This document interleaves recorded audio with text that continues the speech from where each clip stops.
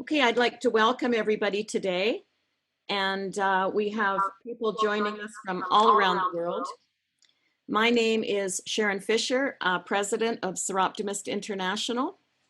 In our first President's Appeal webinar, Exploring the Road to Equality, we shared 6 barriers to gender equality that prevent women and girls from reaching their full potential.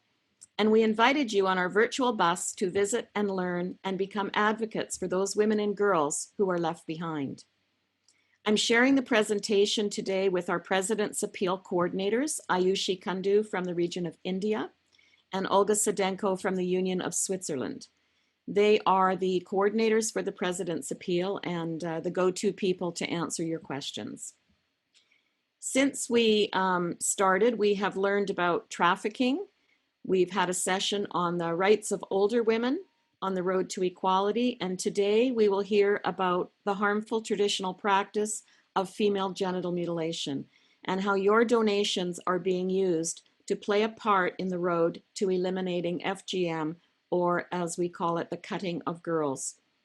Today our format will be a little different, as we have with us in this webinar some guests that are part of the project we're supporting. So we're going to journey into that place where girls are cut, and it's not a pleasant topic, but it's a very real topic, and it's one that we believe can be ended. And it's my pleasure to introduce we have 3 guests with us today, and I'm going to turn it over to the lead person who will introduce the others, but we have 2 members from our Seroptimist 6 group that we're supporting. And I will introduce Maggie O'Kane. She is the founder of Global Media Campaign to End FGM. And after a long history with the Guardian, she was on assignment for FGM and was so appalled with the issue, thought maybe she could do something about it with her media skills. And today we have the Global Media Campaign to End FGM, which is a very innovative approach to this, and one that I was very, very excited to participate in. I met Maggie at an FGM presentation at the Women Deliver conference the year June 2019 in Vancouver, and it didn't take long for both of us to realize that we could do something together and make something happen to assist her her drive to end FGM. So I'm going to turn it over to Maggie, who will tell you a little bit more. And we have given them the floor for a full amount of time, and we will be taking questions at the end. Thank you, Maggie. So hi, thank you very much for that, Sharon. As I say, my name is Maggie O'Kane, and I'm a journalist who decided that actually the media could play a huge part in ending FGM. And I just want to say that actually we see ourselves as the Global Media Campaign as conduits for people like Ayo Bello, who you're going to hear from, and Ifra Ahmed. We believe that actually to end this practice, which happens to 1 girl every 6 seconds somewhere in the world, 1 girl every 6 seconds, is going to take campaigners, survivors, people with the real passion. And I was really shocked to find, as a journalist with 20 years experience, that actually the funding was not reaching the grassroots. Millions upon millions of pounds have been put into FGM for the last 30 years. There's no shortage of information about it. There's no shortage of data about it, but the funding has been sucked out and away from the grassroots into, nothing is incorrect, but it's just disappears into the great bureaucracy of massive UN organizations. And there is a lack of trust in activists or people on the ground, I think borne out partly of a sexism, of a racism, that people can't be trusted in their own countries to take control. So that's what the Global Media Campaign is about empowering women like Ayo and Ifra that you're going to hear about. And I just felt that in a way it had to be peer-to-peer. It's women around the world are going to support women in Africa and in FGM countries to end this practice, and we are going to do it really fast. And I just want to say one thing about the Seroptimists. In the last 7 years, we have been talking to people. We're funded by various people. It's ups and downs, but I never met somebody like Sharon who immediately got it. You know, we can do this. It's not about obstacles. It's not about having to go through end patriarchy. Yes, that would be great, but we're not going to delay it in the meantime. So Sharon got that immediately, and we said, we're going to set up the Chiroptimus 6, two of whom that you're going to meet, Ayo and Ifra, and they are the women who have been outstanding in their own countries, in Kenya, in Nigeria, in the Gambia, in Mali, in Guinea, in Somalia, who are driving it. And these are the women that the funding is going to go directly to. And the Global Media Campaign's commitment is that every single penny that comes from the Chiroptimus go out to the Chiroptimus 6 every 2 months or so. So they have been doing amazing work. So I would like to introduce you to Ayo and to Ifra. And then Sharon, if I'm doing this right, maybe we could have a little look at some of the film work that shows the work that they've been doing. And finally, I want to finish by saying something. Everyone believes that FGM is kind of this embedded cultural practice. It is. But when you reach the influencers and the religious leaders and you make them understand what it is, which is what Ayo and Ifra do, they are like anyone else, human beings. They are fathers, they are men who care about their community. And when they understand the reality of FGM, which is what we present to them, they are the first ones to get on the radio, get on the TV and say, time to stop. So that's our modus operandi. And with that, I'd like to hand over to Ayo and Ifra, two amazing women. Perhaps start with Ayo for their thoughts. Okay, yeah, thank you very much, Maggie, for that introduction. Good evening, everyone. It's evening here. So my name is Ayo Bello from Nigeria. I'm a survivor of female genital mutilation, and I began campaigning at age 19. I met GMC in 2015, and before then, all I did was door-to-door publicity and campaign against female genital mutilation. I went from houses within my community to tell people about the implications and the harmful effects of female genital mutilation. But after I met GMC in 2016, I went through the training on how to use the media, and that was how I started using the media to end FGM. It amplified my work, it amplified my voice. But that wasn't enough, because I was having access to airtime, to media airtime through the Direct Action Grant, which is a program which GMC does to sustain activists, at the grassroots, to ensure that they have access to media and they can reach millions of people. But when the opportunity for Surroundings came in, it actually changed a whole lot about how I carry out my work and how I gather success stories. It has given me access to more airtime. As a young lady, I'm just 26, it takes a lot in African setting to get stakeholders on your side, traditional rulers, especially when you don't have the influence, when you don't have the money. But with the funding from Surroundings, I've been able to call religious leaders. Just like Maggie has said, I've been able to walk up to the palace, to invite the kings, to talk with the politicians like my father, to let them understand this is what I want to do and this is why I need you on my side. And believe me, it has given me lots of success stories. My voice is being heard and my work is being amplified. I can't underestimate the power or the level of support the funding from Surroundings has actually done. It has really helped me as an independent activist. It has also helped my organization, which I founded, Initiative for Girls' Health and Rights Development in Nigeria. The Surroundings funding is going a long way. And just like Maggie said, I have not really seen a situation where big organizations disburse funds and it gets to the grassroots. It doesn't get to the grassroots, and this is what is very unique, about the Surroundings funding opportunity. When I even tell other activists that, okay, I'm receiving funds from Surroundings or I'm expecting funds from Surroundings, there's this distrust, like, are you sure you're going to get the funds? Are you sure no one is going to take it from you? Are you sure it's going to get into your account and you'll be able to carry out your project? So when we got the first round, it was more like a miracle. And, it really charged me up. It motivated me to ensure that I do what I need to do. Before, all I could get was just 1 hour airtime, on TV, on radio. But now I can get 2, 3, 4 Surroundings funding. I can have a sustained means of communication. I can fund the jingles that I produce. I can also go back to the TV, go back on radio to ensure that I communicate with people I can now have access to phone-in programs where people can call in to ask questions about FGM, and then I have more influencers on my side. So I want to say a very big thank you, because if I go on and how Syrup Mist has actually been helping my work and amplified my voice, I'm going to be here for long. So I want to say a very big thank you, and I hope that this is actually sustained. And I also want to thank GMC for really being faithful and supporting us. So I want to believe that IFRA also has similar testimony to share.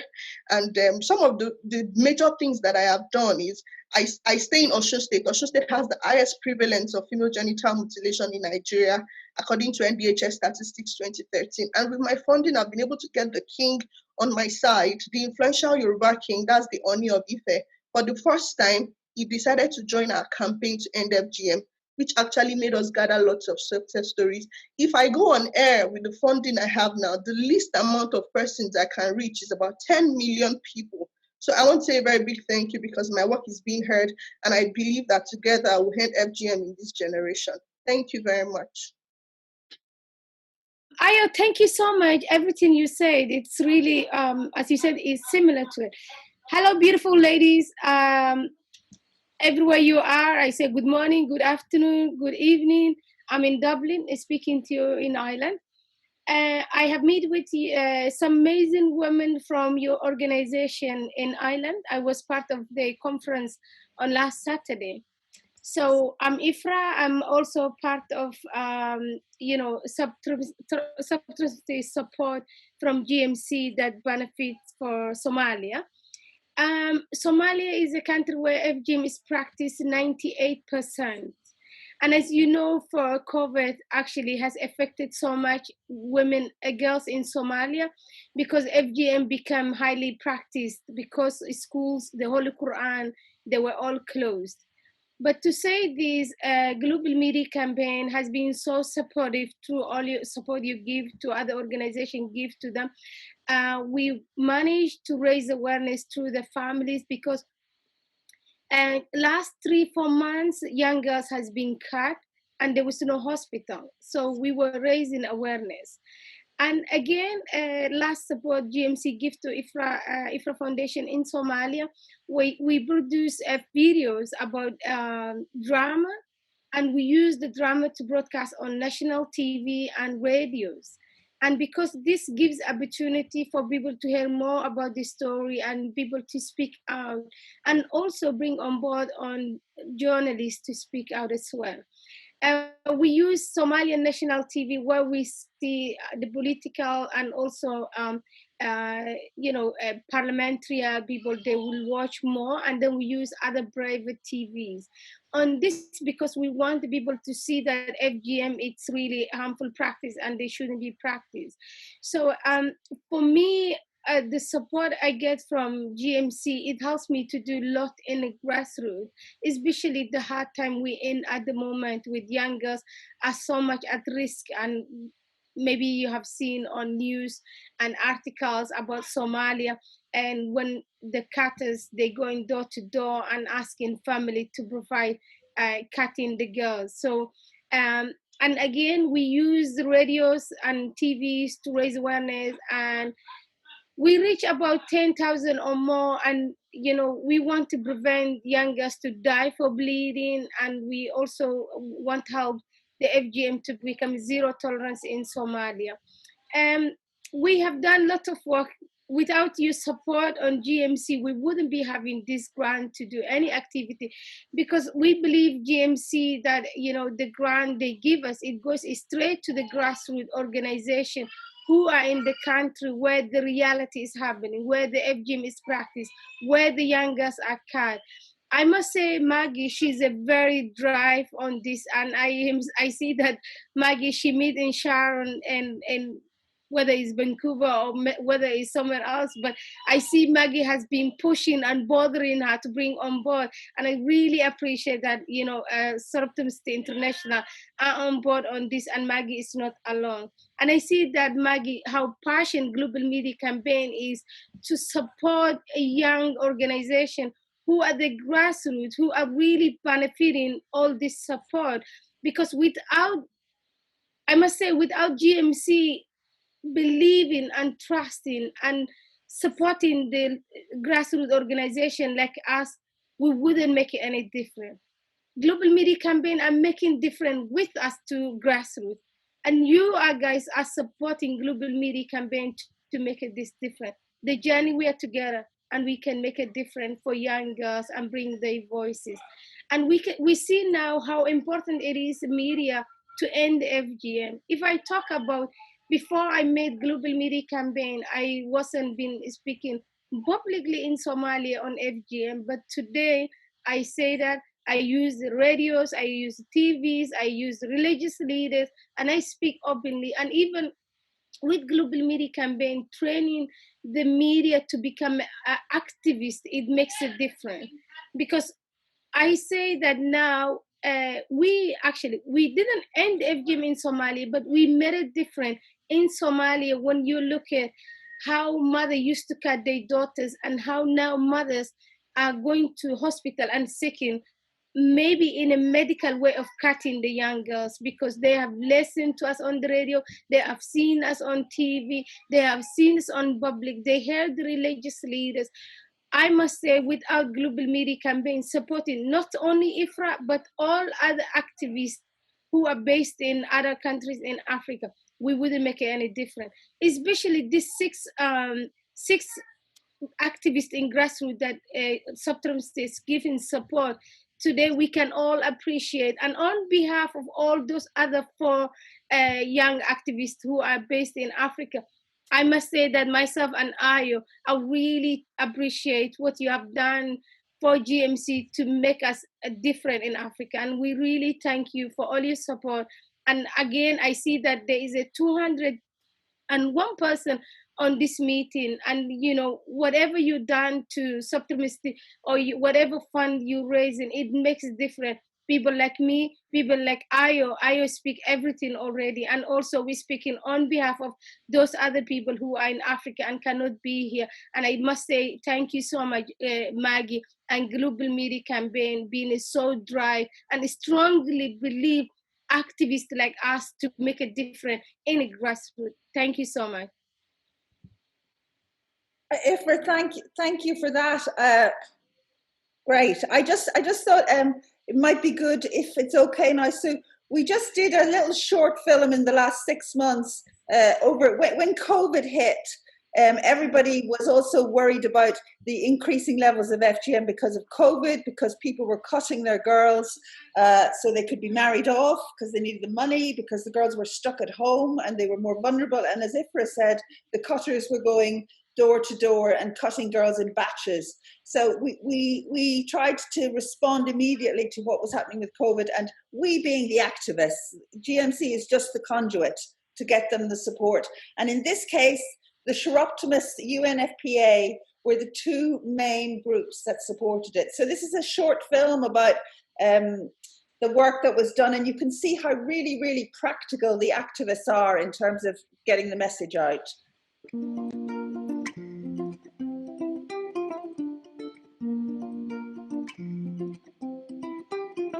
Coronavirus is actually for real.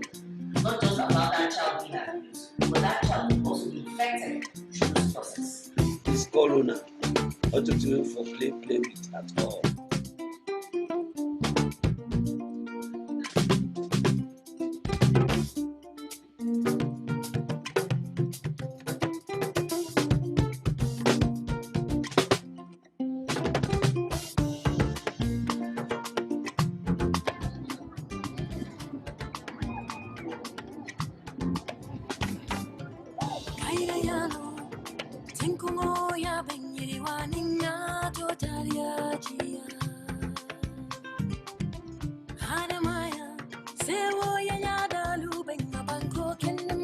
Hi everyone, Naima here from the Global Media Campaign, inviting you to another webinar. Et aujourd'hui, on va parler de la jeunesse, des jeunes activistes dans la lutte anti-MGF. Bonjour à tout le monde. Hello everyone, good afternoon. Ça montre à quel point la jeunesse est engagée pour la cause. If after listening to this webinar, you want to be a media activist, you can find all the information we talked about today on our Virtual Media Academy Facebook group and our website.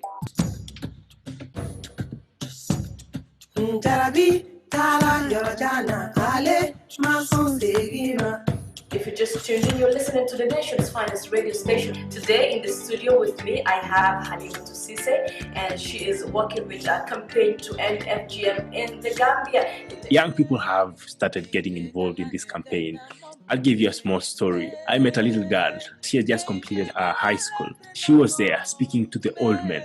I still remember that day very vividly, how the men reacted to what the girl was saying. And if girls now have an opportunity to speak to men who would not give them a chance ever, then we have hope.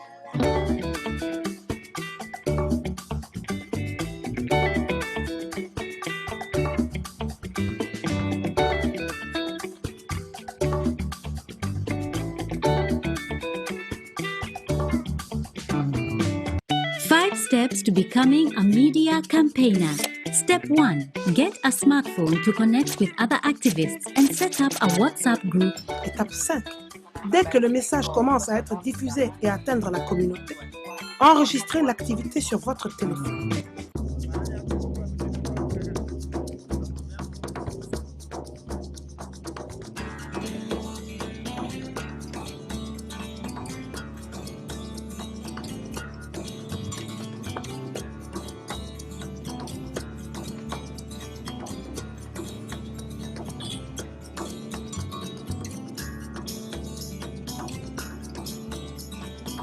We are trying to track up to the radio station.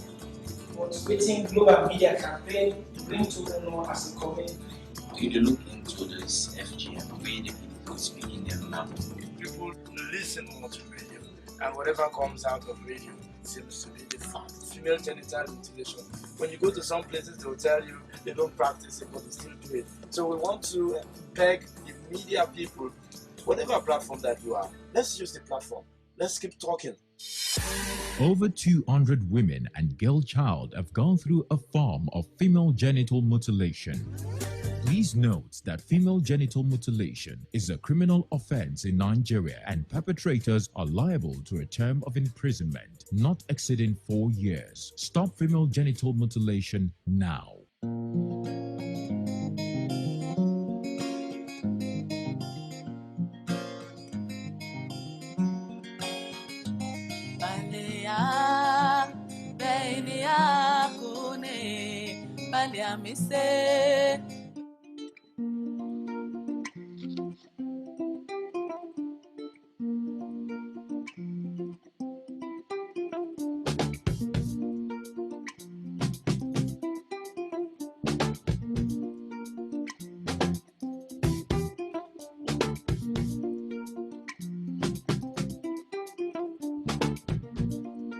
La mutilation génitale féminine, le mariage précoce, la violence domestique. Les médias jouent un rôle très important dans cette lutte et ça nous permet de montrer jusqu'à quel point vraiment le sujet est une urgence. As a new media campaigner, I plan to organize an anti-FGM campaign where I can reach over 20 million listeners and I reach out to over 18 million people. The power of the media cannot be underestimated.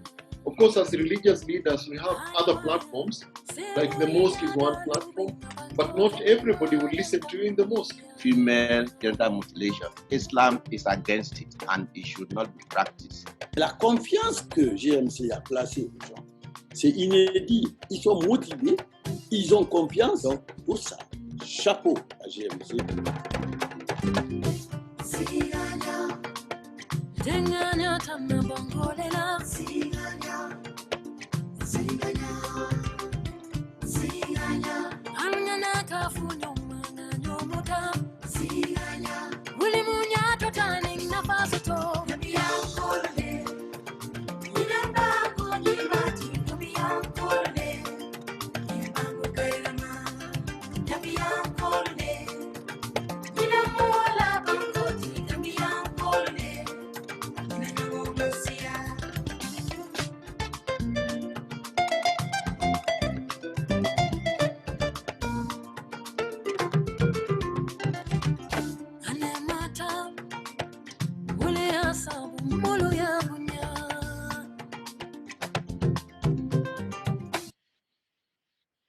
So what I just want to say is practical, practical, practical, practical. We are going to stop talking about ending patriarchy or, gathering more data. I think the thing that Sharon and I connected on was somebody at our table at Women Deliver said, we obviously need to do a data study on the trends and FGM.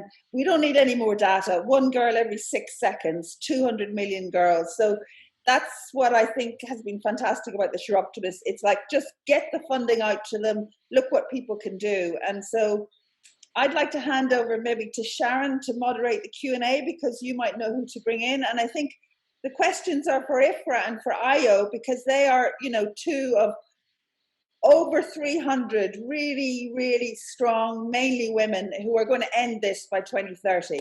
So the question should be for them, really. Okay, and before that, I'm going to ask one question, Maggie. If you could just give a very brief overview of how it works. One of your original videos showed you do a 3-day conference with leaders and whatnot, followed up by the training for the activists, just in case there's people that don't understand the project yet. Okay, so we just work on the basis that if people understand what FGM is, they will end it. And that includes the men who are the religious leaders, who are the people of influence within their community. So in order to end FGM, most efficient way is to get the voices of the influencers, mainly the religious leaders, on the radio and the TV. So we bring them together with, there's usually 30, it's 10 activists, it's 10 religious leaders, and 10 of the most prominent journalists in that country. And we bring them together for 5 days.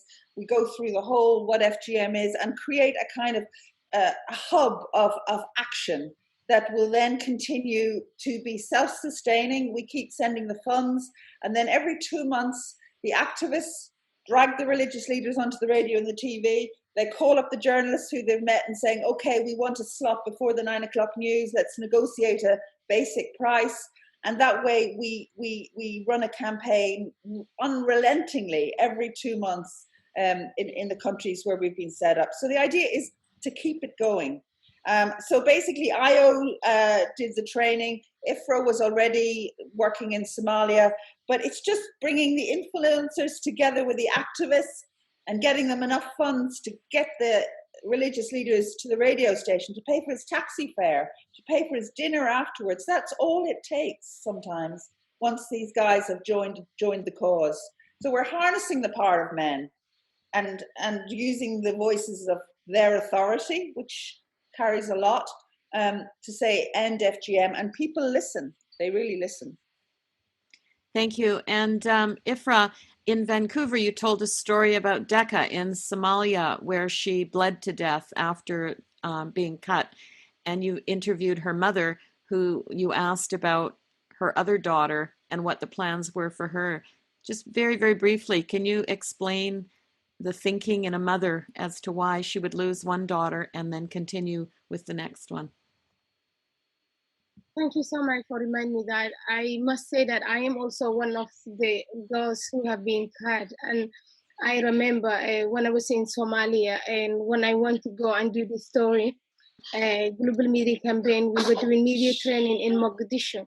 And we heard the story of the girl, and it was break the story by one of the former media graduates. So I wanted to do a story, and I remember being on the plane and getting ready to fly to the village. I've been thinking by myself, just sitting there and thinking, I've been one of 9 girls who have cut, and Decca, who was one of the 4 girls who've been cut. It just keeps my own story. I lost one girl during my cut, and then Decca lost her life. And when I went to the family, it was very heartbreaking.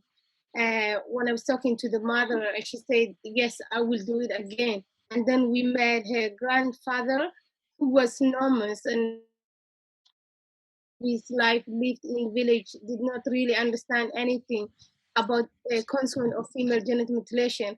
And he said, I asked him questions that really related him to Decca. So simple question about how he sees every morning when he wake up, what Decca used to do. And that is when I get really deep of, feeling about him, when he's saying, Deka used to bring coffee for me. Deka used to bring breakfast for me. Deka used to go with me mind the livestock, and Deka used to do small things. That's when I get, the sadness of the grandfather. And he say he wished he could bring her back, but he couldn't. And he said, please come to us, educate us, tell us this isn't a problem. Because he said, we leave this place, what we understand is this something passed the generation to generation, and we don't understand. So mother was like, I would do it. And that made me really upset. And then meeting with the father, who was asked, can you donate your blood to your daughter because she lost a lot of blood? He could not even say yes or no. And, hearing all the story. But the good thing was we did that story, and then there was 7 more girls have died on FGM because of bleeding. And then I go back to GMC again. I say, I must do something. Why this is happening? And because now, the media has made it different. Religious leaders has made it different. And that is why the story has been known. So I went back to GMC and I say, look, I want to do something, follow up with Deka's story by other 6 young women who have brought it to hospital. But during their journey, they died on the road. So I went back to the villages where these young girls has been dying, and then I meet with different people, and I ask about what has made them to go to hospital and seek medical help or seek medical attentions. And all answer was, I heard a young girl who died in Galmudu called Deka, and I want my daughter to be safe. So my thing was knowing how did they hear the story. And I see they say that I heard on the radio young girl died for bleeding, and then I went to other people from the market and they say, people talk around, people talked, and they were telling each other that we shouldn't be cutting the girls because they will die for bleeding. And I collected all the stories and I said, showing this to the world, that is what can make a difference. And really, it might be a GMC, but the organization, they must see someone who is a drive, someone who believes the cause, someone who believes that there is some way we can make a difference. And that person is a Maggie. Maggie O'Kane, I remember when I met her, I want to take her to Somalia. But Maggie, she said she has been working in war zone all her last 22 years, and now she has girls to look after. But I pushed Maggie and I persuaded Maggie to go to Somalia. And today, Maggie will go back to Somalia 10 times and do same work again. And we need people like Maggie who has a belief in this, people who say, I want to make a difference. I want the girls to be safe. People like Maggie who believe them. Girls like me who works on grassroots organization who can make a difference. With that journey, we made it different. And that is the reason Deka's story was being known, not only Somali media, but the whole global international media. And that is still, for me, as being one of the 9 girls who was cut, and we lost 1 girl for bleeding. Deka's story, it's related to my heart.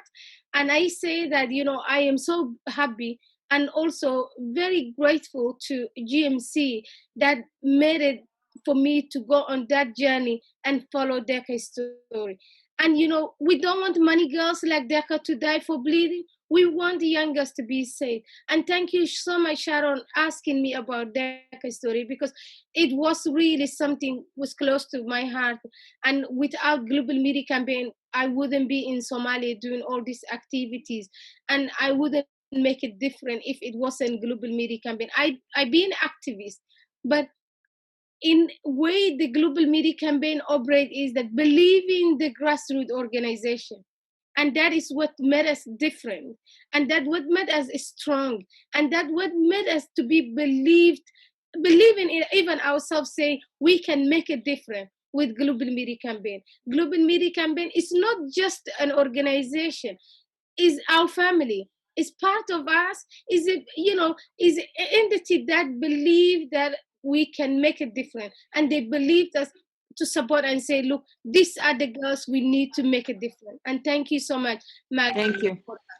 Ayu, you were going to come to New York in March for the Commission on the Status of Women, and we were hoping to get you on a panel to speak with our delegation, and then of course COVID shut everything down, so it was really unfortunate you couldn't come.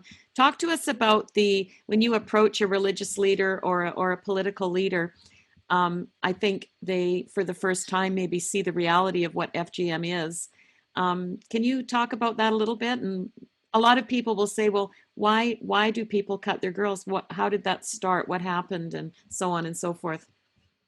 Oh, okay. So in Nigeria, having access to political office holders is actually very tough, especially if you're not one of them, or if you're not from the high-profile family. So it's a lot because they have lots of security. You have to go through lots of protocols, okay, to ensure that you have access to them. Same thing with some religious leaders. So for me, because I was not amplifying my voice, nobody knew about me, nobody knew about my work. But, when I became consistent on radio and on TV, they got my attention. Like, okay, so who is this young girl always talking about FGM? So that really helped me. And they already knew my name and had seen my face. So it was easy to walk up, to write a letter, and then to reach out to them. Now, one of the reasons why we ensure that political office holders and religious leaders actually support our campaign is because we need the people to listen to them. People listen to them more and they have lots of influence. So what we do, for me, what I do is I write letters to them, I reach out to them, and somehow I've been able to grow my network to a point where I have access to them.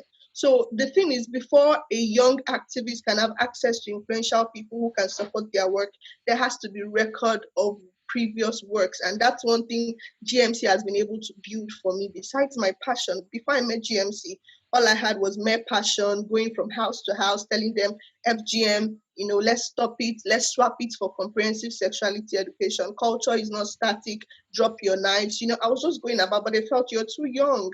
You're being brainwashed. You're beginning to meet some people from other parts of the country. What do you know about the culture? But I've been able to climb on the shoulders of political office holders and religious leaders when I met them. So one of the reasons why religious leaders are very important in our campaign is because many people think that female genital mutilation has religious backing. So we ensure that we get pastors, we get imam to talk about script, what the Bible or what the Quran says about female genital mutilation. Islam and Christianity are the two major religions practiced in Nigeria. So we try to ensure that I get a pastor and an imam, and we've done that many times this year. So we've been able to establish the fact that female genital mutilation is actually not, supported by the Bible or the Quran, and it's just a myth, deeply rooted in culture. And I want to believe that in this part of Nigeria, Osun State, where we have the highest prevalence, what really works most is working with traditional rulers, because the people here, this is a rural community, and the people here are more, interested in culture, in harmful practices. So imagine where we have the traditional rulers who are the custodians of culture coming to say enough is enough. That actually goes a long way, because the people here, they just do what their leader wants them to do.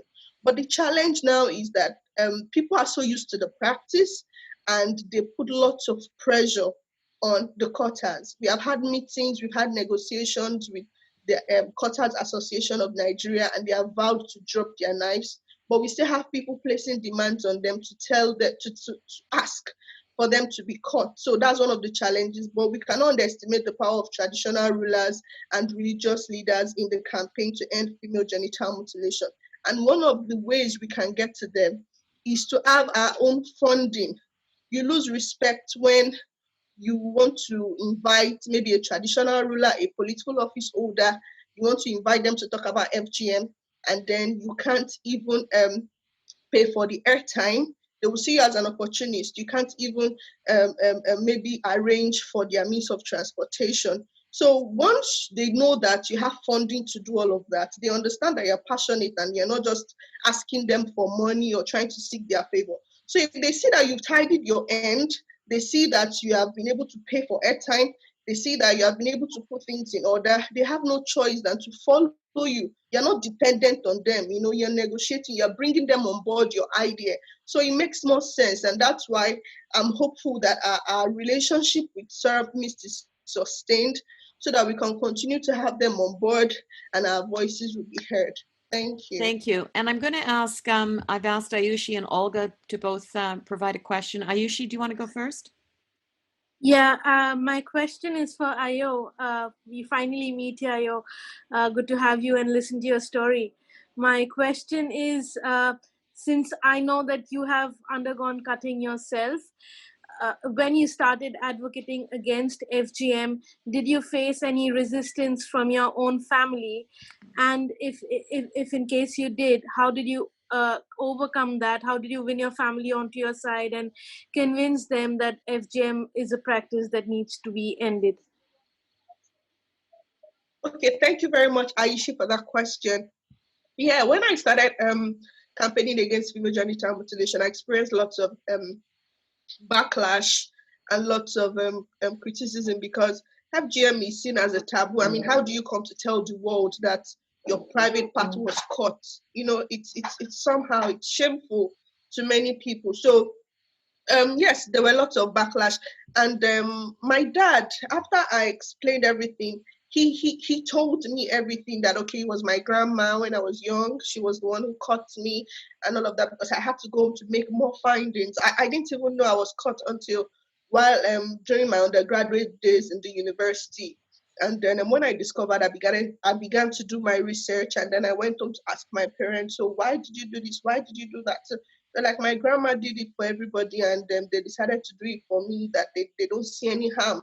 So, you know, when I started thinking of it and it started affecting me psychologically, I thought, okay, I'm not going to focus on the implications it has brought my way. I'm just going to lend my voice. You know, I'm going to be fine, but I'm just going to make sure it stops. I don't want it to continue. And then when I discovered the community I live had the highest prevalence, you know, it was disheartening. I felt like, no. We can't keep doing this. So my dad at first was like, no, you can't keep doing this. You can't go on TV to say this. Every time you appear on TV, people call me to say, look at what your daughter is saying. Why would your daughter be dragging the family name in mud? You know, and all of that. And then you also have issues as a young girl when you want to get married, and then they feel like, this one that has been caught, she's not going to be active in bed, or this one that has been caught. You know, people just have different assumptions. But I'm thankful anyway that I got married to a lucky man. So those were some of the challenges, you know. And then I started, at first it was getting to me, definitely, because I'm human. It was getting to me, and then I had to be responding. No, it's not like that. So when I saw some people were giving me negative energy, I decided to just let them go. I just told myself, if you want to create a change, there are some people you just have to, you know, let go. But I ensure that I use the do no harm principle. I do not use harsh words. I do not say things like FGM is bad, FGM is barbaric. You know, I don't say things like that. I just tell them it can be better. I just tell them culture is not static. I just tell them there are better ways we can do this. If you don't want your daughter to be promiscuous, why cut off the clitoris? Does that mean you're also going to cut off the nipples? There are so many sensitive parts of a woman's body. Why do you choose to cut the clitoris? It's unfair. It's not the right thing. Why don't you teach them sex education? You know, trying to swap it, and then with lots of negotiation and use of right words, I've been on track. So that's how I've handled criticism. Thank you. Olga? Thank you. Yes, I have a question to Ifra. I know I heard that that men also react on the stories, and they react differently. Some the elder ones, they don't want to listen to such stories, or just to accept that their daughters or wives cut it. And I just want to know, how is it in Somalia? How do young men react on such stories? Because they are really more on media, social media. They are in Facebook, in Instagram. Maybe is there a light at the end of the tunnel that they also can influence, and they also can say they don't want to have such women cutted wives, they want to have normal lives. What do they say in the community and just in grassroots? Can you tell us, please? Thank you for the question. You know, it's very hard because now when we start campaigning in Somalia, we say, okay, maybe we have to educate the young people and say, okay, I will marry uncut girl. But again, we are actually discriminating the girl who has been cut.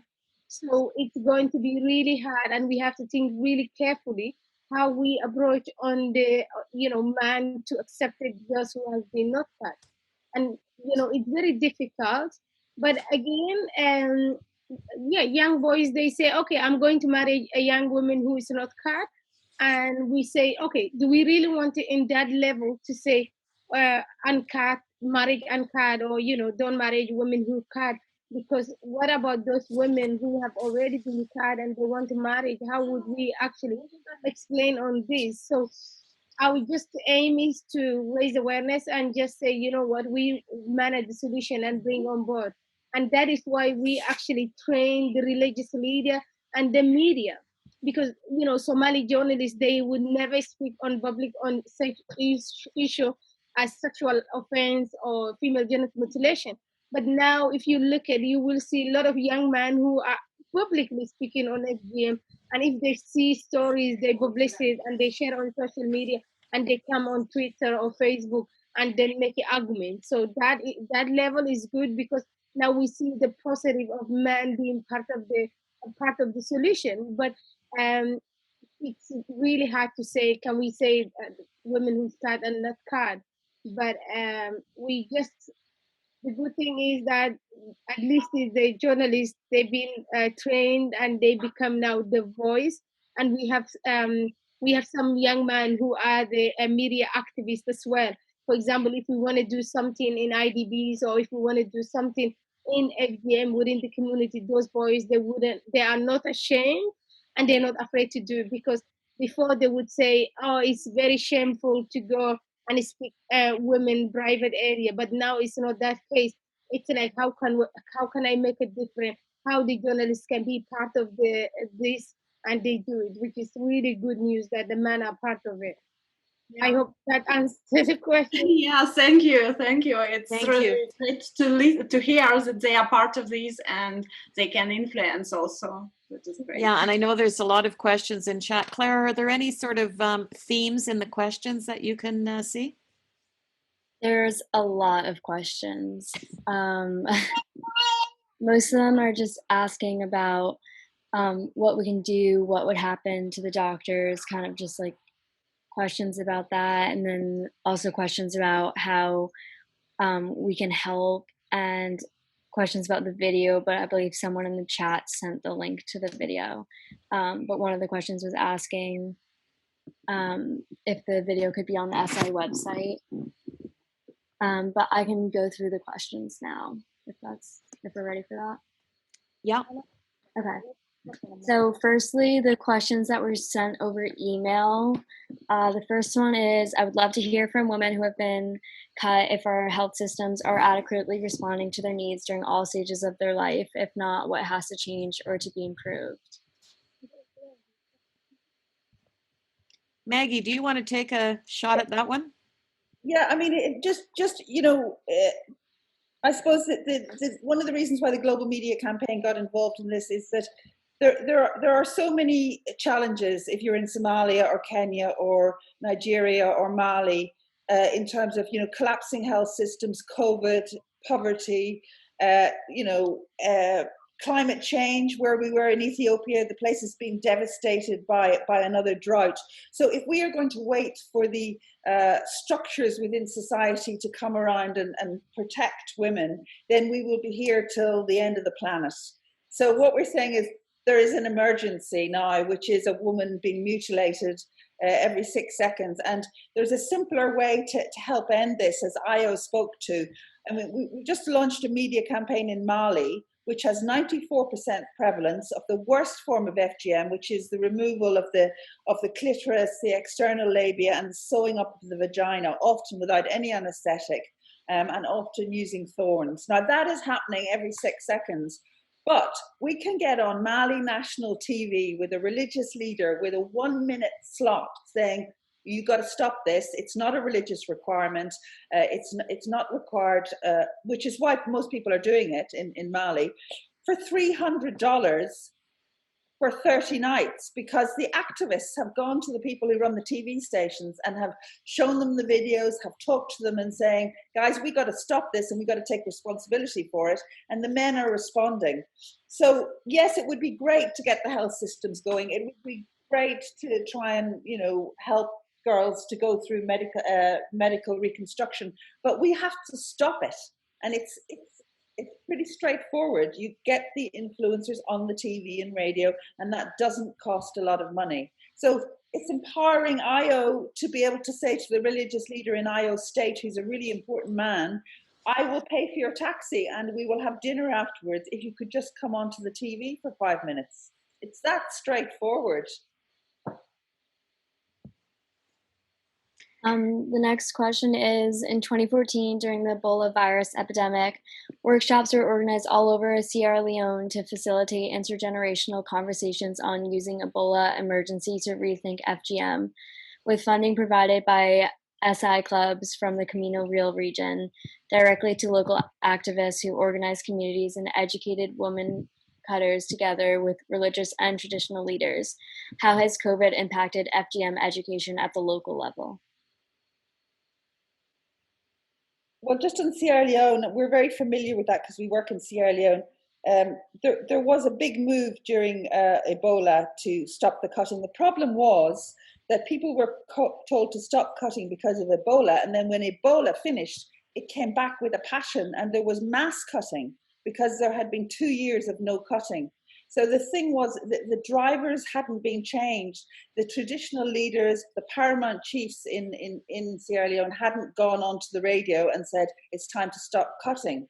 And to prove the point is the washing of the bodies, which was the key message to stop Ebola.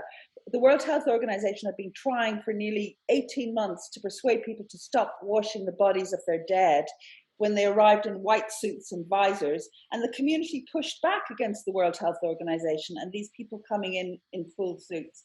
But when their religious leaders went on the radio in November 2015 and started a campaign saying, we must no longer wash the bodies of our dead, there was a 50% drop between November 2015 and December 2015 in the numbers of deaths. And the book that's been written about this at King's College in London and by the former Irish ambassador, Sinead Cusack, said that it was the voices of the religious leaders asking their community to change that social norm and stop washing the bodies of the dead that led to the beginning of the turn on Ebola.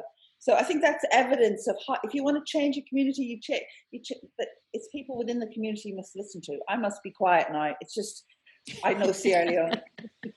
Sorry. What I'm going to do is I'm going to finish up with the formal part of our presentation with just a couple more slides. We'll close the recording and then we can look at a few more questions if that's okay.